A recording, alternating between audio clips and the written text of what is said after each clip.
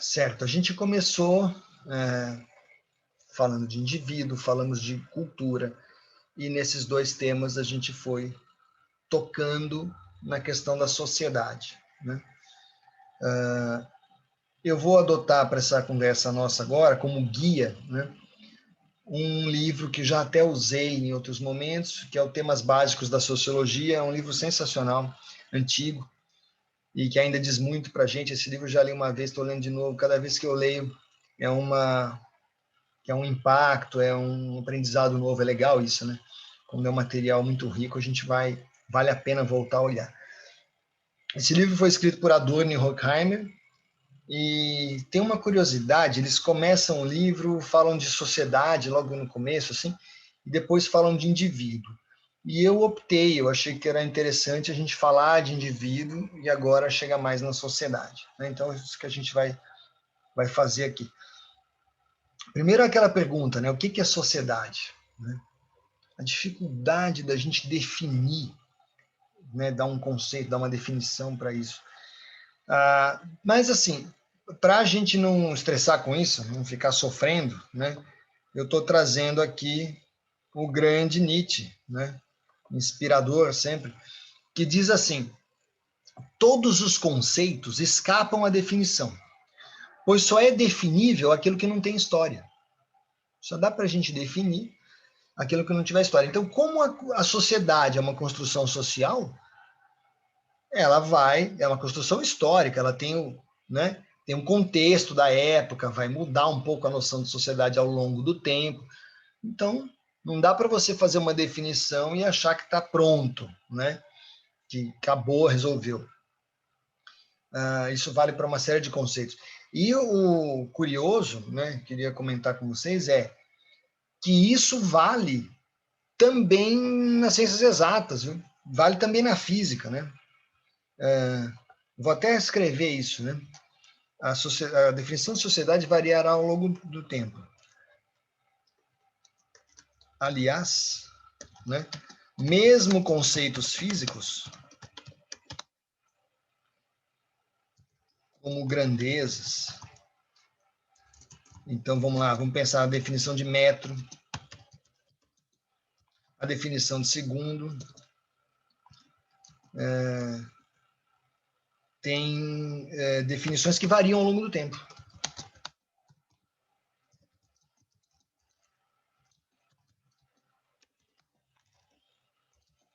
Historicamente.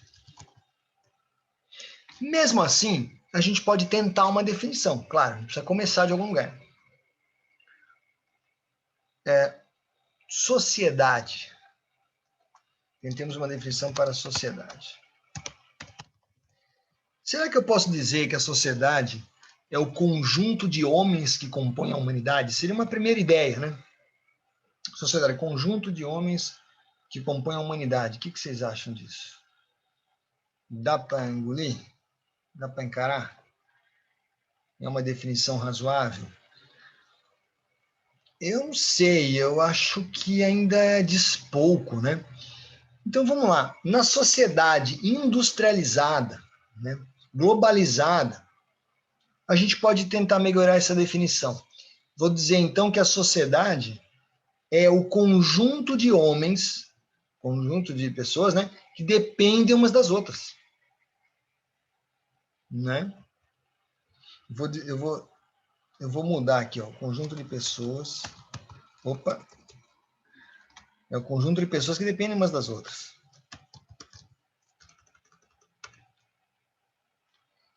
Então, é algo dinâmico, né? A participação na sociedade está relacionado com a dependência mútua. Eu preciso de você, você precisa de mim, então, né? Existe essa rede, é uma teia de dependência, de saberes, enfim. A participação do indivíduo na sociedade está associada, então, a uma função nesse contexto geral. Tem uma expressão que se usa às vezes, que é assim, são peças de uma engrenagem. Fica um pouco hard, né? Um pouco duro falar assim, mas enfim, é uma coisa que se pensa, é por aí, né? São peças de uma engrenagem. Então, tá bom. Nesta acepção, a sociedade, a palavra sociedade, define mais as relações do que os próprios indivíduos. O que vocês acham disso? Que não é simplesmente juntar um monte de pessoas e acabou, né? Não, a sociedade ela se constitui pelas ligações, pelas relações, como as pessoas se relacionam, o que cada uma faz em relação à outra, como se comporta, como ela ajuda ou não, né? É isso que vai constituindo a sociedade.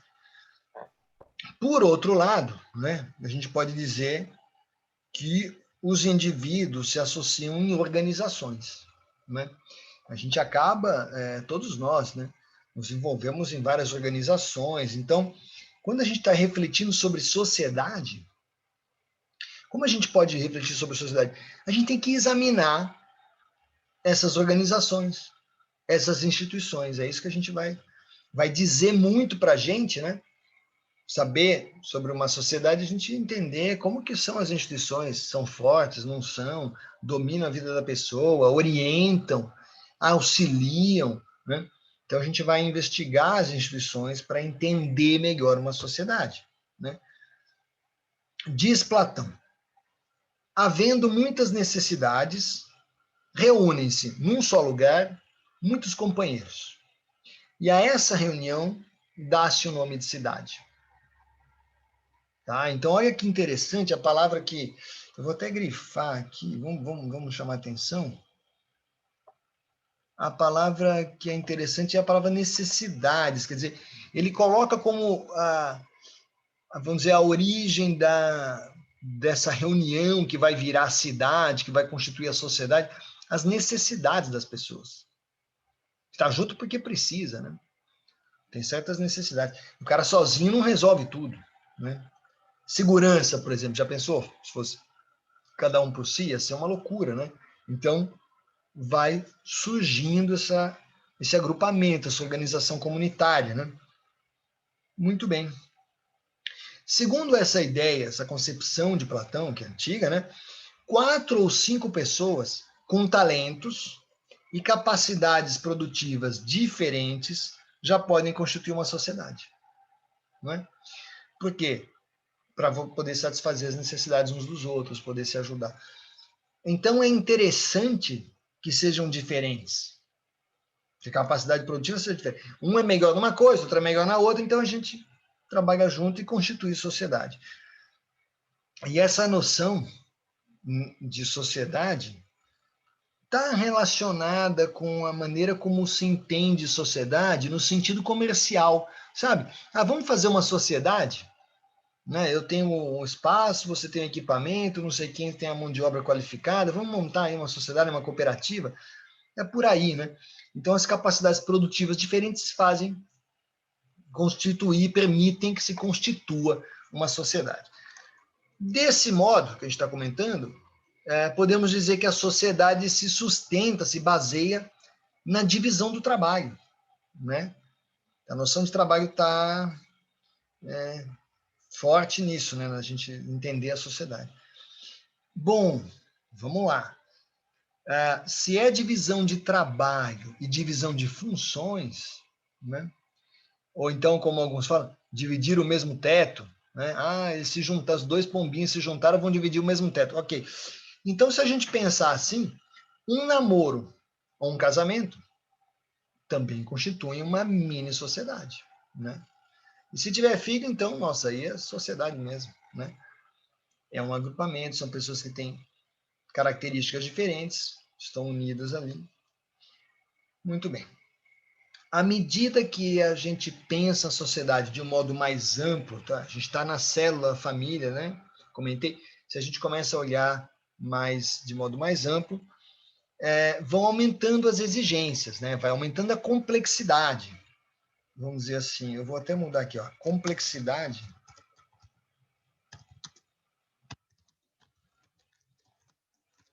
Aumenta conforme a sociedade aumenta. Até que aparecem algumas questões, gente, que são assim, não tem jeito, acaba aparecendo isso, né? E o que é isso que aparece? Seguintes questões. Primeira, grande, definir objetivos comuns, não é? A gente precisa ter objetivos comuns, o que a gente quer fazer, o que a gente quer da vida, né? E isso é a velha, né, DR que rola às vezes, né? Mas afinal, o que você quer? O que você quer? Vai, senta, conversa, né? Então, e claro, em sociedades maiores, em empresas, enfim, até mesmo pensar em município, pensar em estado, né? Tem que ter objetivos, tem que definir objetivos, prioridades, né? Outra questão que aparece perto dessa é manter a ordem. Como é que a gente mantém a ordem? Como é que faz, né? Então, são dilemas, né, da vida em sociedade. Para isso, para definir objetivos comuns e para manter a ordem, é que eu acho que deveriam servir os governos, né? Seria bom que ajudassem a gente com objetivos comuns e mantendo a ordem, né? Nem sempre rola, né? Muito bem. Um aumento quantitativo, então, quando aumenta o número de pessoas, isso naturalmente vai transformar qualitativamente a estrutura, vai ter que mudar a estrutura da sociedade. Mas, muita gente, né? Até o local de reunião tem que mudar, várias coisas, né? Diante dessa tendência, vamos brincando um pouco aqui, diante dessa tendência law and order, né, lei e ordem, a gente pergunta, agora eu vou abrir um debate aqui, eu quero saber de vocês. É o homem que deve servir à lei ou é a lei que deve servir ao homem? Então, eu quero escutar vocês aí, ou quem quiser colocar no chat. Eu preciso saber como é que vocês encaram isso, né? Bom, a gente está aumentando muito a quantidade de pessoas, está montando uma comunidade, uma sociedade, precisa de leis. Em algum momento aparece isso, né? Para manter a ordem? Sim. E aí? O que vem primeiro? Como é que é o ranking disso? É o homem que serve a lei ou é a lei que serve o homem?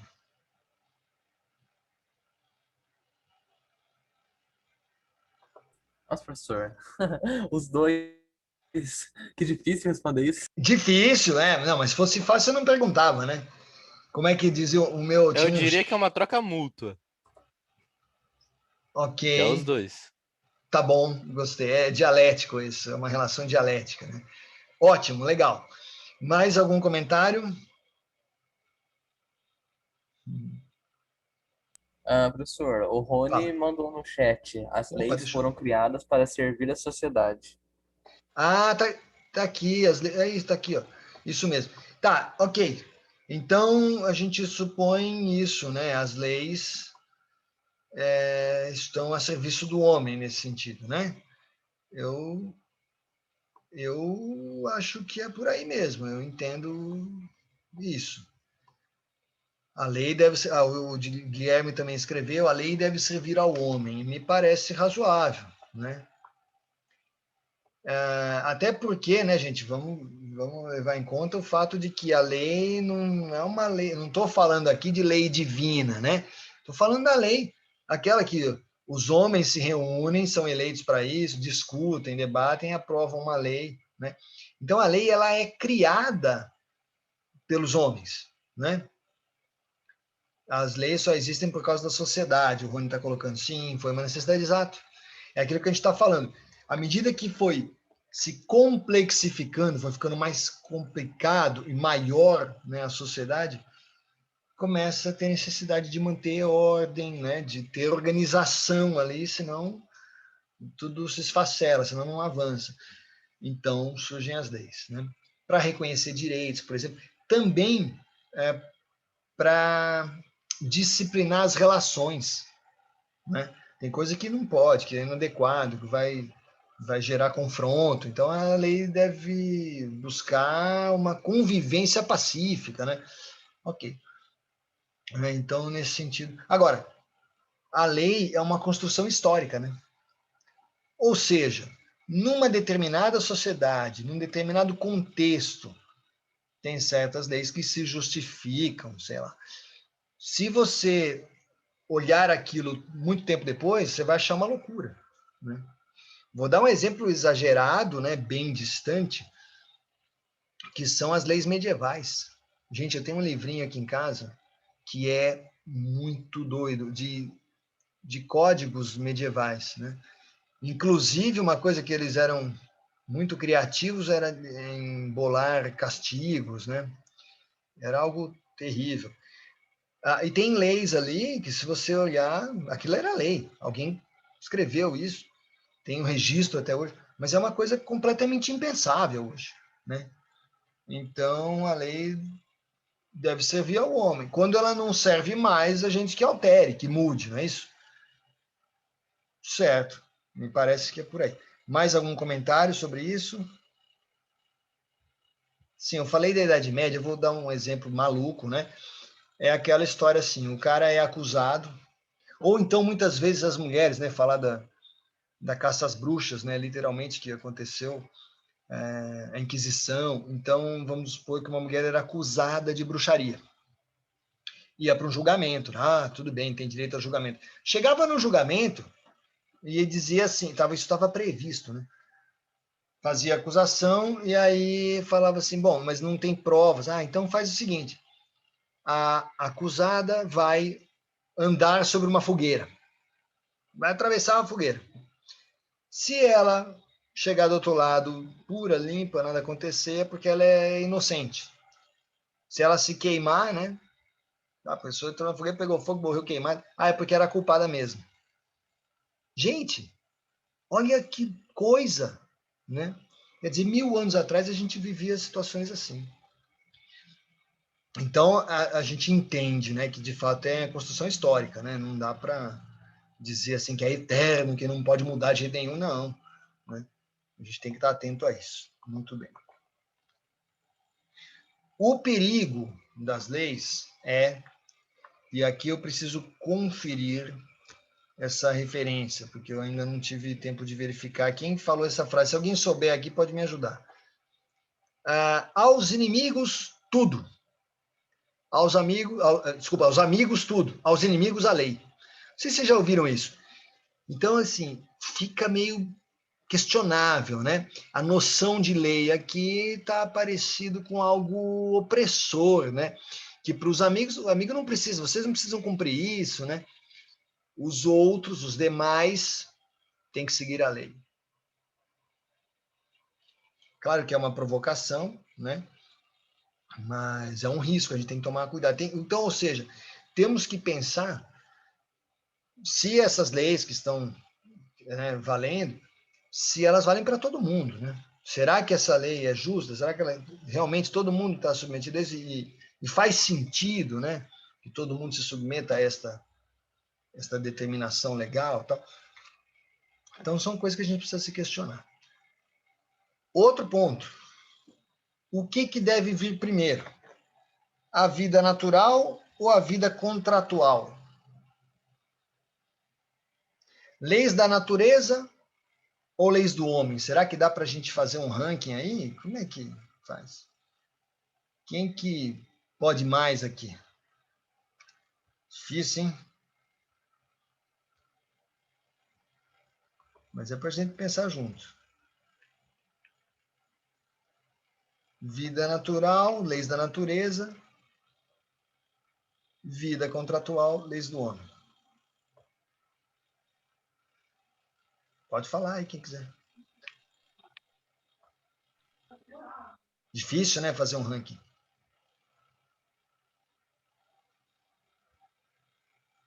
Bom, as leis do homem, a gente escreve, né?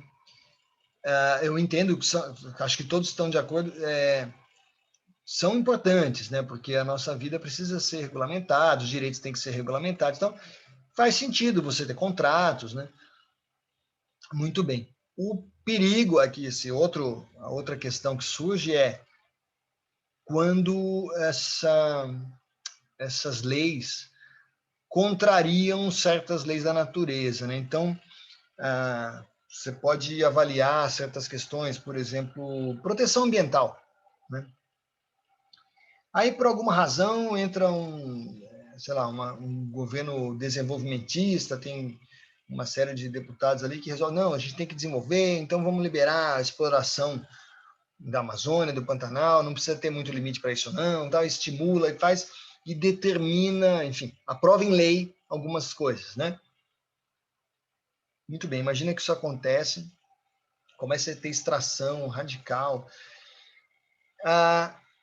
Será que a gente tem natureza para sempre? Assim? Essa é a pergunta. Em outras palavras, será que as nossas leis, e tanto faz lei aprovada no Congresso, como eu estou me referindo também a normas industriais, normas, né, empresariais, será que a gente está se preparando, será que a gente está levando em conta os limites da natureza? Né? Será que a gente garante a sustentabilidade ambiental disso? Isso é um ponto, né? Então, não, tem gente que fala assim, mas está escrito isso, então pode. Mas vamos avaliar, será que seria razoável, né? Então vem isso. Tem uma história da Inglaterra, para você ver, e há séculos isso, quando havia queixas, né, de algumas pessoas, porque tinha muita fumaça, as pessoas queimavam muito árvore, né, estavam fazendo um certo desmatamento ali, queriam produzir carvão, então dava incêndio, não controlava, tal. Então começou a surgir uma certa necessidade de regulamentar isso. E aí um rei, né, o rei Ricardo, pega e fala assim, não, beleza, eu vou fazer o seguinte, eu vou estabelecer uma norma aqui, uma regra que a pessoa pode fazer isso, só que tem que pagar imposto.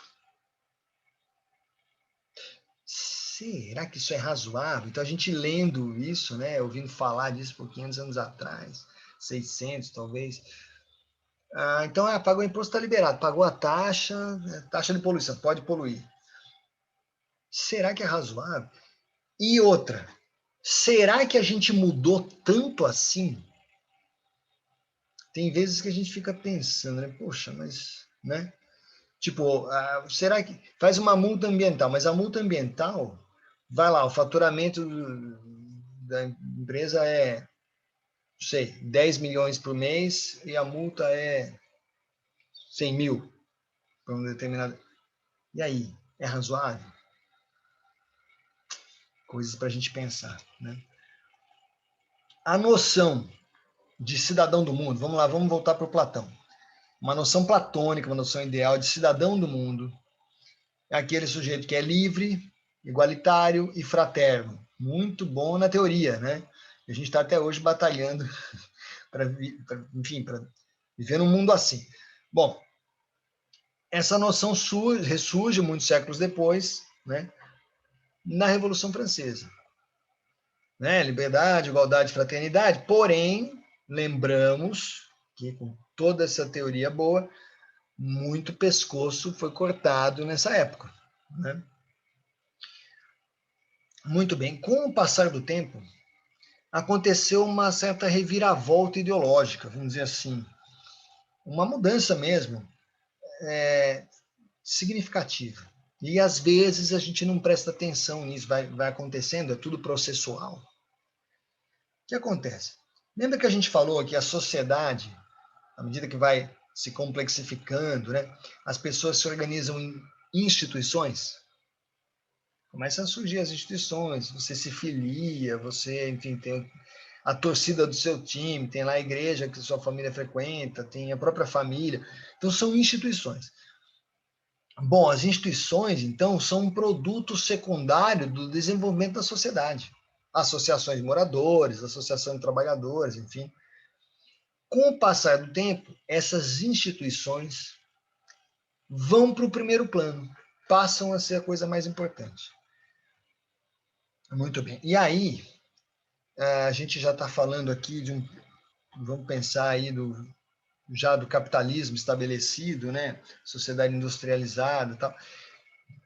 Para garantir esquemas de dominação, porque aí começa a ter a pirâmide, né? Tem os caras lá em cima que estão bem de vida, tem a turma que está ralando mais embaixo.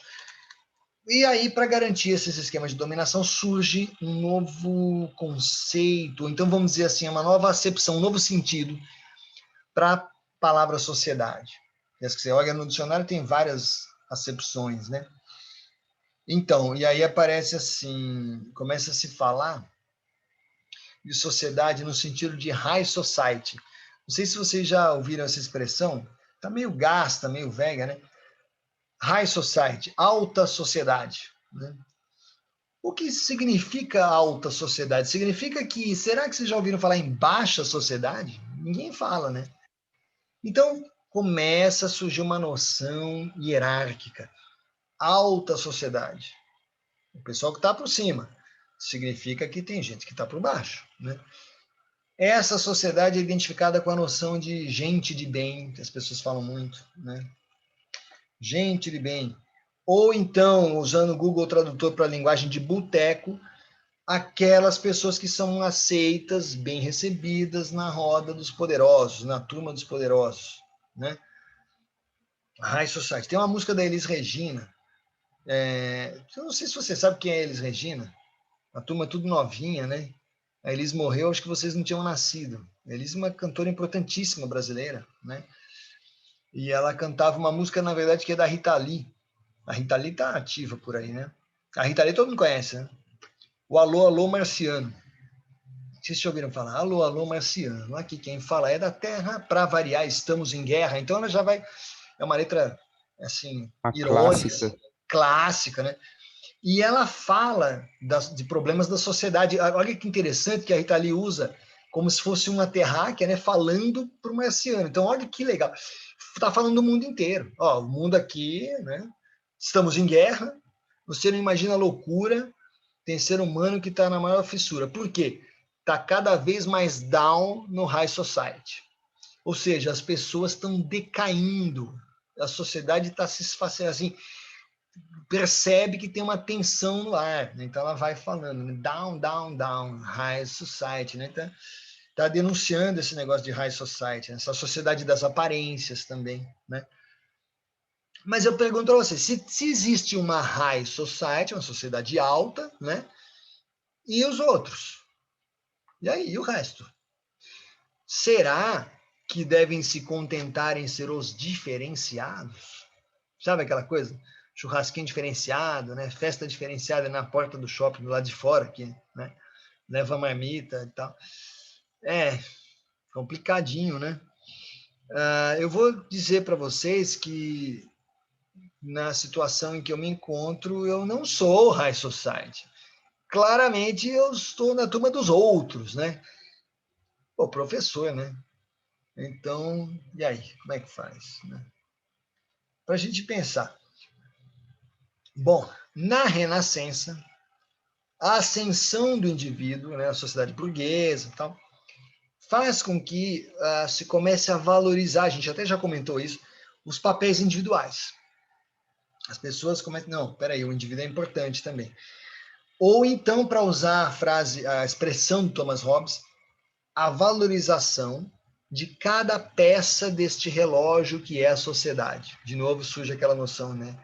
Peças de uma engrenagem e tal, e o Hobbes fala da peça do relógio, faz sentido, né? Cada um tem a sua função. Hobbes, então, fala uma frase que é forte, quero saber o que vocês acham disso, ele diz assim, ó, o homem não é sociável por natureza,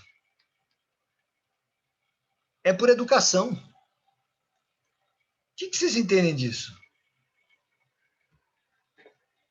A gente não nasceu totalmente sociável, lindo, maravilhoso, né?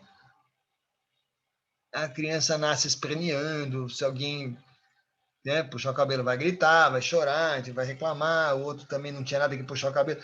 Então, existem tensões, né? A gente é educado para a socialização, para a convivência, educado para a vida em sociedade, né? Tanto que às vezes tem uma conversa de pai e mãe que fala assim, eu não vou, assim não dá nem para sair, você não se comporta, não tem essa conversa? Acho que todo mundo já ouviu isso uma vez na vida, né? Pô, não tem condição, né? Então, quer dizer, Hobbes apresenta essa noção da importância da educação. Educação para que você consiga uma vida harmônica na sociedade. Não basta somente as leis, né? A gente precisa da educação. Muito bem. Agora, se a gente soma essa conversa aqui, ó, principalmente Hobbes e Descartes, né? a gente pode dizer o seguinte: a razão é que sustenta a sociedade. Não é? Se é educação, você teve que aprender, alguém te ensinou, explicou o que é certo e o que é errado, tá? Você pensa naquilo, se aquilo vai fazer bem, aquilo vai fazer mal para os outros, também melhor não fazer e tal. Então surge essa noção, essa importância da razão como base da sociedade. Muito bem. Como é que a razão se expressa? Como é que a gente manifesta essa razão em termos de convivência social? Justamente fazendo as leis, fazendo os contratos, normatizando, regulamentando, não é? Então a razão aparece nas leis, nos contratos, tal. E com o passar do tempo começa a ter uma certa ênfase nessas leis para um aspecto que é proteger a propriedade de bens. Quando o mundo começou, não tinha essa noção de isso aqui é meu, isso aqui é seu, não mexe nisso aqui. Não tinha etiqueta, o mundo não nasceu com etiquetas. Não é? A partir de um certo ponto, começamos a etiquetar, começou essa coisa de propriedade. Inclusive, direitos autorais é uma coisa historicamente mais ou menos recente. Houve um tempo em que não havia tanta preocupação com isso. A propriedade passa a ser importante. Muito bem. Surge uma outra questão. Se a propriedade é importante, quem é que vai cuidar disso? Né? A gente tem leis. Beleza. A gente criou leis para proteger a propriedade. Mas quem é que vai avaliar se as leis estão sendo cumpridas ou não? Alguma ideia? Como que resolve isso? Né? Escreveu a lei, acabou? Está resolvido? Ou alguém toma conta, enfim. Né? Bom, a tutela, esse controle do direito à propriedade privada, é, normalmente, atribuída ao Estado. Certo? O governo tem que cuidar, o Estado que provê, né? A propriedade, alguns direitos é o Estado que tem que verificar, né, o cumprimento disso. E com isso, surge essa noção de que para tudo funcionar, para essa engrenagem funcionar, todo mundo tem que se submeter a um poder maior, não é isso? Se é o Estado que toma conta, a gente tem que se submeter ao poder do Estado. Muito bem. E como que o Estado garante esse poder? Como que é isso? Bom, primeira observação que na prática isso não deixa de ser uma atualização da velha lei do mais forte, não é? Só que como é que o Estado garante a sua força? O que tem para, vamos dizer, entre aspas, incentivar ou, digamos, mais na lata, coagir as pessoas a agir dentro da lei? O que acontece se você não segue a lei? Punição, né? Oi? Punição. Punição, Punição? sim, é verdade, a punição é uma instituição. Mas, assim, quem é que vai cuidar dessa punição? Quem vai fiscalizar, entende? Tem um poder de fiscalização que, se não tiver, né? Sabe que é aquele problema, né? Que o ser humano é fogo. Ninguém tá vendo, né? Sabe aquele negócio? Então, para que essa estrutura não desmorone, precisa ter fiscalização e punição? Ok, estou de acordo. E quem é que cuida disso, né? O Rony disse que é o policiamento. Força O polícia. policiamento. Eu não estou vendo o chat, gente, perdão. Eu estou aqui no meu texto. Sim, é verdade. O policiamento garante, né? Pelo menos essa que a gente está acostumado a pensar assim, garante o cumprimento da lei, enfim, fiscaliza o cumprimento da lei. É claro que, gente, você também tem aquela história, né? A pessoa telefona, a pessoa denuncia, não, eu estou vendo sei lá, o vizinho está aglomerando aqui, uma festa de 200 pessoas, de madrugada, todo mundo bebendo, enchendo a cara, ninguém está se cuidando aqui, e daqui a pouco vai sobrar Covid para todo mundo. Aí você telefona. Tem também esse papel. Mas eu concordo com o Rony, né? Então, esse é o papel que se atribui ao policiamento. Então, o Estado, vamos lá, a sociedade foi ficando mais complexa, precisou de instituições, continuou aumentando, precisou de organização, surgiram as leis, tem que ter uma instância que faz as leis dizem basicamente o quê? Que o Estado controla, só que, né, tem as leis que foram feitas, o Estado controla, mas só que precisa de fiscalização, punição, então tem que ter polícia, né? Começa a surgir, uma coisa vai vindo associada com a outra, né? A sociedade surge como necessidade. Quando a gente pensa no aumento da capacidade produtiva, gente, não tem outra. Sociedade industrial, sociedade complexa, muita gente, é necessário produzir.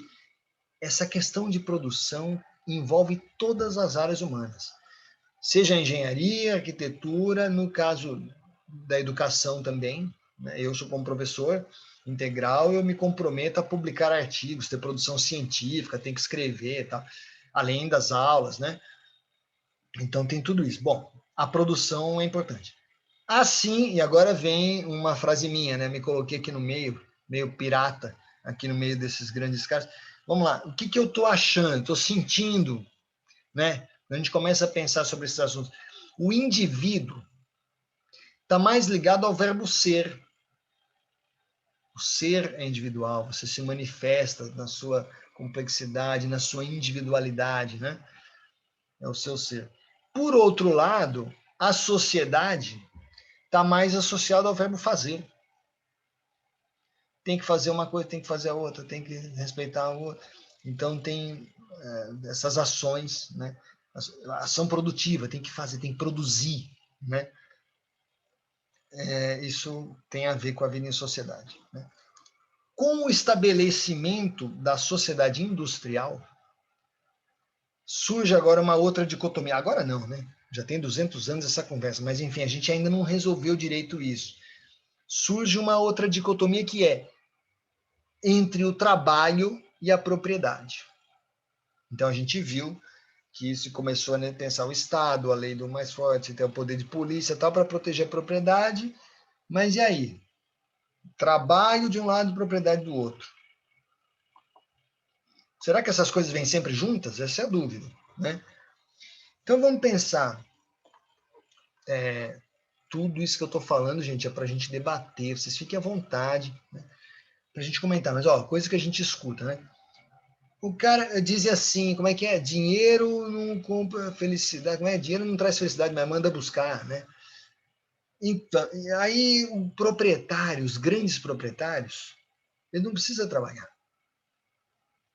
Ele pode contratar quem trabalha, não é isso? O grande proprietário, o cara que tem mesmo capitalista, o que tem dono dos meios de produção, né, o dono da grana aí. Bom, esse cara ele pode terceirizar, né? Contratar força de trabalho. Esse é o caminho que Marx adota para a interpretação. Ele começa a entender o mundo e fala, gente, espera aí, vamos ver que são duas coisas aqui, né? Tem o lado dos proprietários e tem o lado de quem está trabalhando, né? Muito bem. É comum argumentar o seguinte, é verdade isso, porém, o cara que tem a propriedade dos meios, enfim, ele é muito importante, porque ele vai justamente mobilizar a força de trabalho, não é isso? Seria para a engrenagem girar, não é isso, no sistema capitalista? Pelo menos, se eu estiver errado, vocês me corrigem, mas eu entendo que é assim. Mas não é só isso, né? Porque, sim, existem os grandes proprietários que investem na produção e que incentivam, né, o trabalho, beleza. Empregam gente, ótimo. Porém, existem aqueles que aplicam seu dinheiro e ficam esperando aumentar, não é? Tem um cara que tem uma plantação de dinheiro, tem um que tem a plantação mesmo, que cuida, contrata gente, produz, alimenta o Brasil e tal. E tem outro que planta dinheiro, né? Ele está ali esperando o dinheiro crescer. Não é isso que acontece nos bancos? Então, tem tipos e tipos, né? Tem pessoas e pessoas, tem diferentes... A coisa é complexa, né?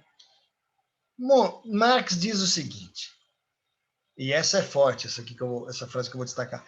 Mesmo o trabalho assalariado também representa escravidão ao salário, não é? O cara virou escravo do trabalho dele lá. Então, escravidão ao salário. E, bom, por consequência, é escravo do empregador, enfim, do proprietário, do patrão, né? Aquela palavra patrão, né? Do chefe, né? Então, o seu tempo não pertence totalmente a você, né? Nesse aspecto. Muito bem. Hegel pensa o trabalho de um modo, vamos aliviar um pouco as coisas e pensar no trabalho como parte importante da formação do indivíduo, né? Você é aquilo que você faz, então o trabalho te forma como pessoa, você aprende muito trabalhando. Gente, nós estamos na universidade, vocês estão estudando, a gente está trocando uma ideia aqui, mas na prática, né, quando você começa no emprego e tal, tem um monte de coisas específicas, de saberes ali necessários, pontuais, que não tem como a universidade passar tudo para você, né? Muita coisa você vai aprender na prática, né? Natural isso. Muito bem, então o trabalho ajuda a formar o indivíduo, beleza, né? O que a gente tem que estar preparado, né, para aprender o novo. Esse que é o grande lance aqui, é treino, né? Então é importante. Porém, olha lá, o trabalho forma o indivíduo, Hegel está falando. Mas quando se trata da realização humana, olha que frase interessante que ele diz. A satisfação da totalidade das necessidades do indivíduo, totalidade das necessidades do indivíduo, é um trabalho de toda a sociedade. Ué, que estranho, né? Quer dizer que para o indivíduo ter as suas necessidades satisfeitas, ele precisa de toda a sociedade trabalhando. Será que é isso mesmo? Faz sentido? Tem um ditado, um dizer da tradição africana, que é semelhante a isso. Então é bem interessante quando essas coisas meio de domínio público, sabedoria popular, sabe? É interessante ficar atento a isso, né? E aí Hegel está dizendo isso no Ocidente, mas olha lá, isso me lembra um provérbio africano. Para educar uma criança é necessária toda a aldeia. Interessante, né? É mais ou menos a mesma pegada, né? Que para satisfazer as necessidades do indivíduo precisa de toda a sociedade. Para educar uma criança precisa toda a aldeia. Faz sentido, né? Porque, assim, às vezes a gente tem esse costume aqui, principalmente ocidental, de atribuir responsabilidade picadinho, né? Isso aqui é problema do pai, isso aqui é o pai que não criou, não sou eu que vou dar educação para esse moleque. Aí, às vezes, é o contrário, né? Isso aqui é da escola, né? A escola é que se vire. Meu filho, eu mando para a escola e eles têm que educar, né? A gente tem joga responsabilidade, às vezes não assume totalmente a responsabilidade, sendo que a responsabilidade é de todos, né? Então, o porteiro, várias pessoas, o cara que está trabalhando na loja ali, são pessoas que têm também um papel educativo, muitas vezes. Chega a pessoa e fala, senhor, desculpe, aqui é um ambiente com muita circulação de pessoas, nós estamos vivendo uma pandemia, o senhor precisa colocar máscara. Veja, é uma atitude educativa. Então, para educar uma criança, e digo mais, hein, para educar um adulto, que é necessária toda uma aldeia, toda uma cidade, às vezes, né? Faz sentido isso? Muito bem.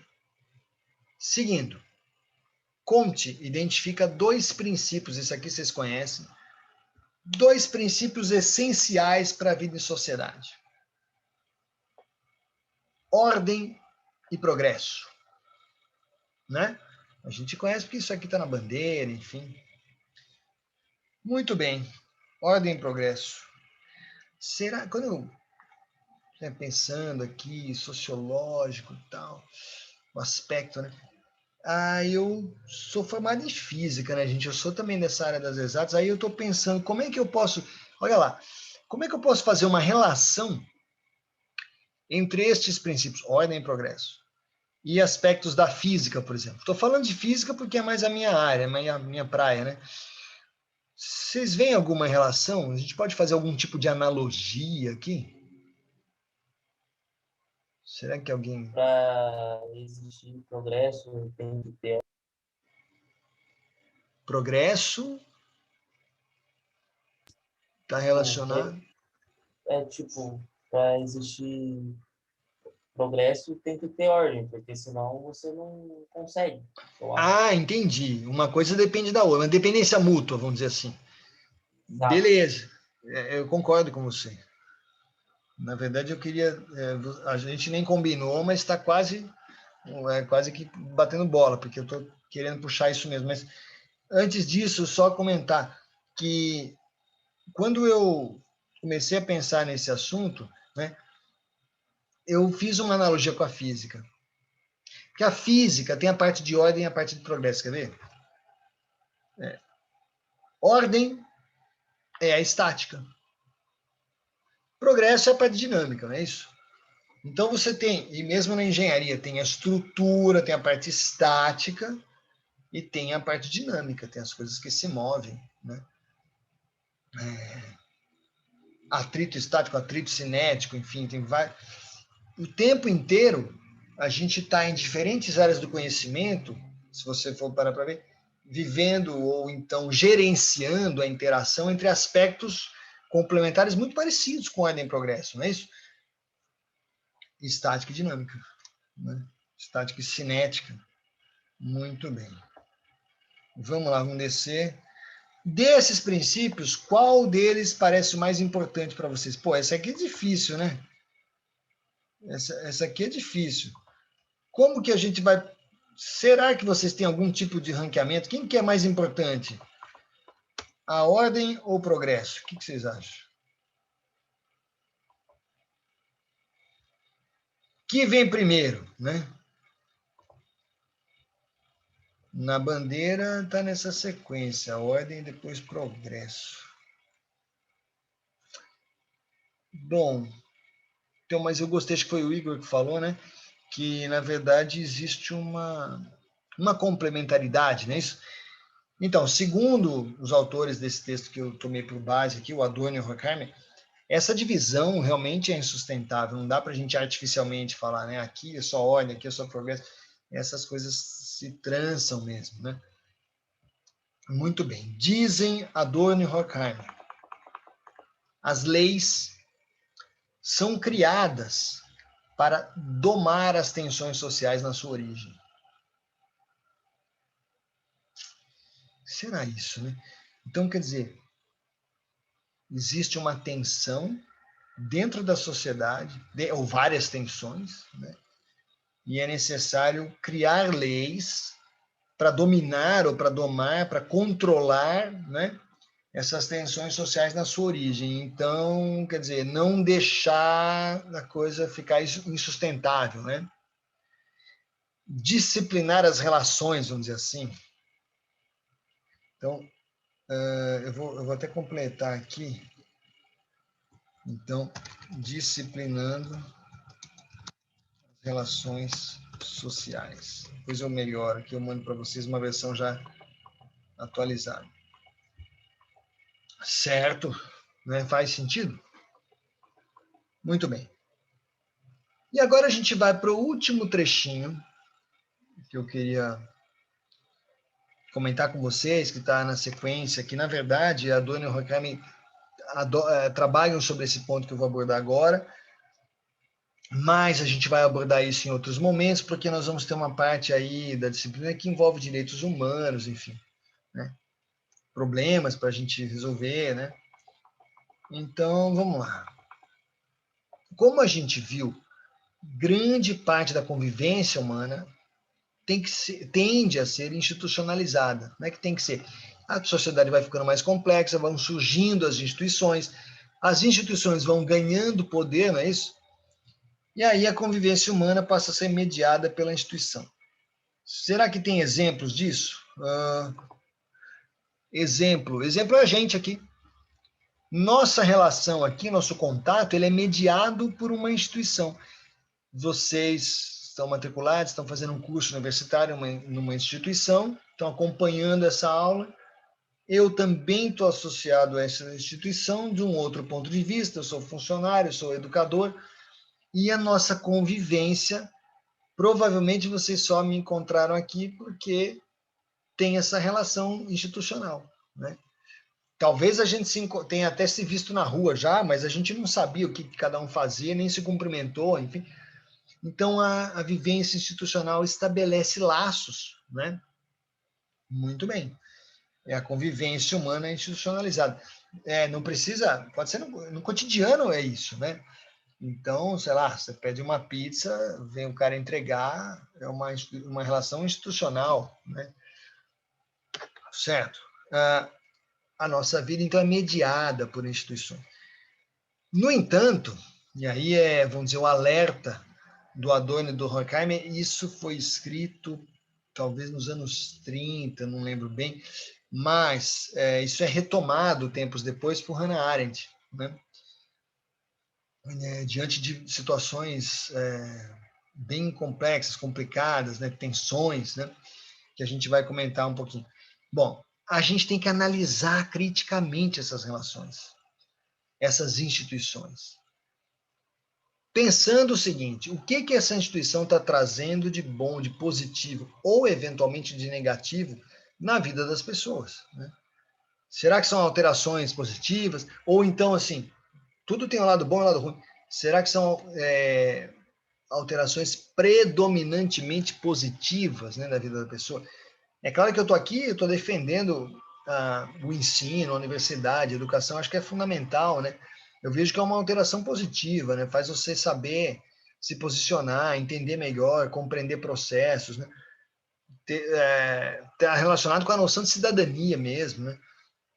Muito bem. A gente tem que analisar criticamente porque são muitas instituições, né? Num certo momento, talvez o lado mais forte seu seja, eu sou aluno de tal universidade.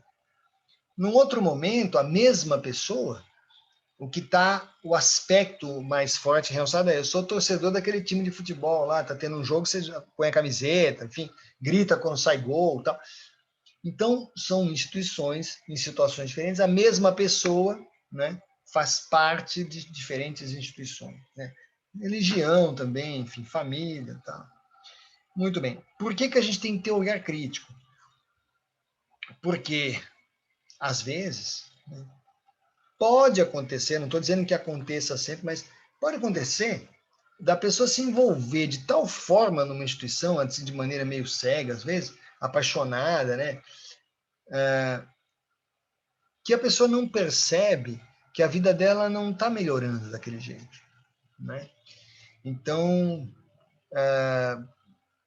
quando acontece, às vezes, uma coisa com a gente, uma coisa difícil, uma situação delicada, nem sempre a gente tem clareza das coisas, né? Quando é muito difícil, então é mais raro você conseguir ter aquela, não, é difícil porque isso, mas eu posso fazer isso. Você não tem essa clareza.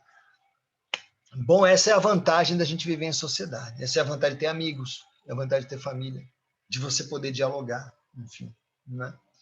Porque você começa, tem gente que te ajude a ver as coisas, né? E você é fundamental para ajudar outra pessoa a ver as coisas. É um pouco a noção da máscara. Lembra aquela história de põe a máscara, estamos vivendo pandemia, você veste a máscara porque você está se protegendo, mas você também está fazendo o seu papel social de proteger os outros, né? Então, legal. Que bom que a gente tem as pessoas para trocar ideia. Vamos analisar criticamente essas instituições, ver se está trazendo coisas boas ou não. Se a gente não tiver esse olhar crítico, qual que é o perigo? O que pode acontecer e que não é legal quando acontece? Pode correr o risco da gente absolutizar dessas instituições acabarem, com o passar do tempo, se fortalecendo de tal modo que elas ficam absolutistas, se tornam uma instituição assim, da qual você não escapa, que você não questiona nada mais. Isso é meio perigoso, né? Porque certas instituições, quando estão muito poderosas, acontece historicamente, a gente sabe, disso sustentar ideologias destrutivas, né? Ideologias da morte, falando claramente, né? Destrutivas da individualidade também, né? Um exemplo histórico é o nazismo. Essa absolutização, vocês entendem esse problema? Se você começar a dizer que tudo né, a instituição sabe tudo, a instituição faz tudo, tudo que manda é correto, né? É um perigo, né? Porque se alguém mandar uma coisa absurda. Vocês sabem que um aspecto, uma leitura muito tocante é da obra da Hannah Arendt. Ela escreveu bastante, né? Mas ela ficou, talvez, a relevância dela seja tudo que ela produziu sob o impacto do julgamento, de um julgamento que ela cobriu. Ela foi trabalhando para um jornal, cobriu o julgamento de um criminoso de guerra, de um nazista que chefiava um campo de concentração, chefiou extermínio de milhares de judeus, né? Então, ela ficou completamente assustada, né? Quando vai, e aliás, todo mundo ficou assustado, quando vai num julgamento desse, vários países observando, enfim, né? O mundo inteiro de olho, e aí o cara é acusado e descreve, né, nos seus relatos, ele vai lá e descreve tudo o que fazia, ou então as pessoas leem, olha, você é acusado disso, diz, você é verdade que você fez isso, matou mais de 100 mil judeus, e o cara vai, o Eichmann vai e fala assim, sim, fiz isso. E aí você percebe, e a Hannah Arendt fala, pô, ele não manifestou arrependimento nenhum. Outra, não manifestou culpa, sabe? Tristeza, nada. Falou com naturalidade, como se fosse algo banal. Olha que coisa louca, gente. Então, a Hannah Arendt desenvolve o conceito da banalidade do mal. Que é de não... Ah, não, eu estava só... E aí, aquela perigosa frase. Eu estava apenas cumprindo ordens, né? Isso é um perigo, né? Porque, dependendo da ordem que te dão, se você cumpre aquela ordem, você não está apenas cumprindo ordem, vocês concordam? Então tem um momento que é o caso de você, às vezes, você vai com um jeitinho, vai meio pera um pouquinho, mas, pô, será que é por aí mesmo? Será que não tem outra forma melhor? Que outras pessoas podem ser prejudicadas, né? Não. Se o cara não questiona, absolutismo mesmo. Ah, não, mandou, eu faço, né? Gente, é tudo que nós não precisamos, né? Nós não queremos.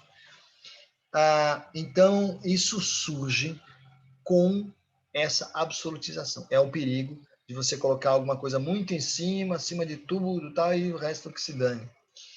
O lema nazista, que foi hino, inclusive, estava numa frase inicial da canção deles, do hino deles, que aparece, é aquela história da Alemanha acima de tudo, né?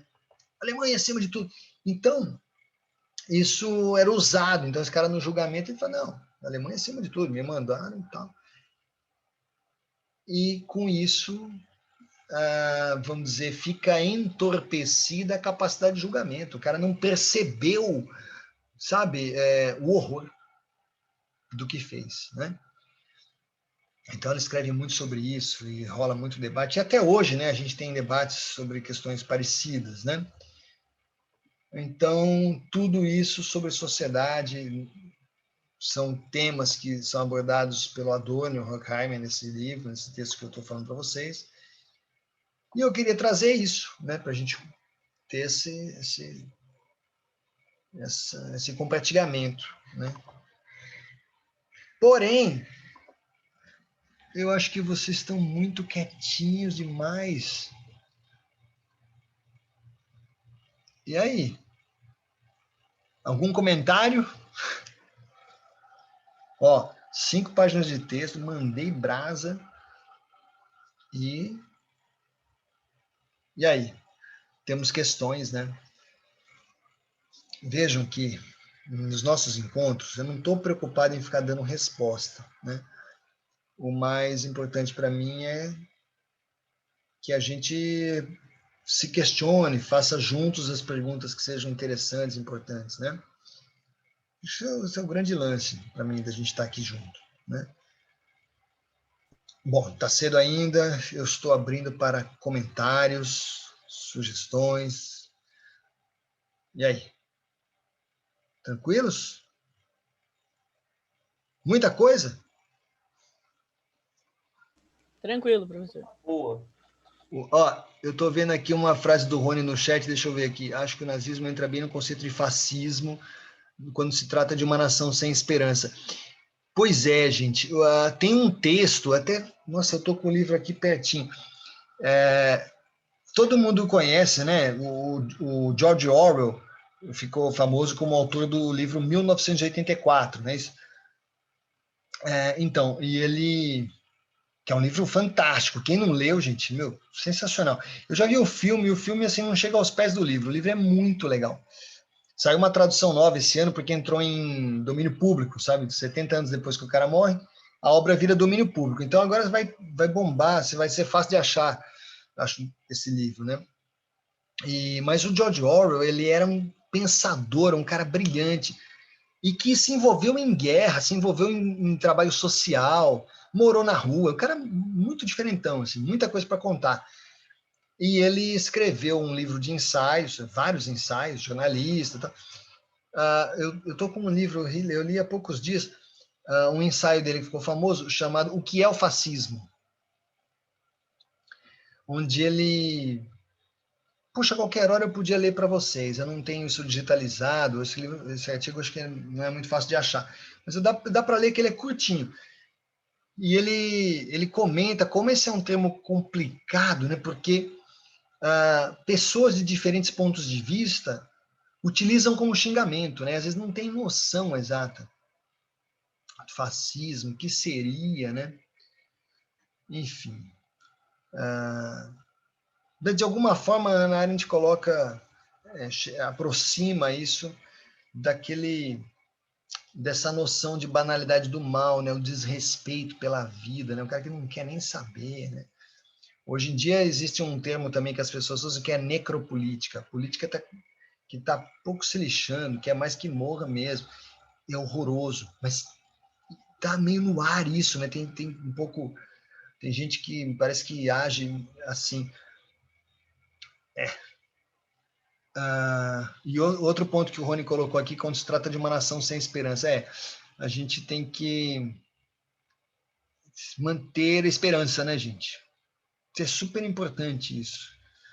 Porque senão, se a gente ficar entregue, né, o que segura, até a Hannah Arendt também fala, o que segura assim, uma situação onde está muito ruim, de crise, de muita dificuldade institucional e tal, é as pessoas deixarem claro que não estão aceitando tudo de graça, que estão questionando, entendeu? Essa postura é importante, né? Mas é isso, acho que qualquer momento eu vou separar esse artigo de George Orwell, que é bem interessante.